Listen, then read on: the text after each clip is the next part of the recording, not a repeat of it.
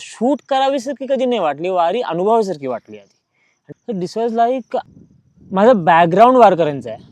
माझे आजोबा वारकरी होते, माझी आजी वारकरी होती आणि हे कुठेतरी कनेक्शन जुळत होतं की यार मला करायची आहे वारी. मी बघतो कॅमेऱ्याने, शूट असा प्रकार नाही आहे मी कॅमेऱ्याशिवाय बघतच नाही.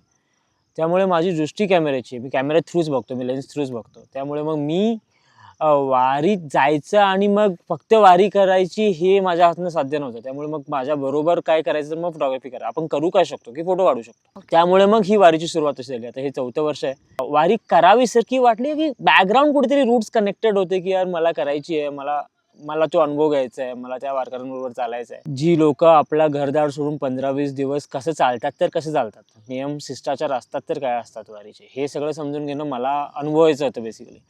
शूट करावीसारखी कधी नाही वाटली, वारी अनुभवासारखी वाटली आधी.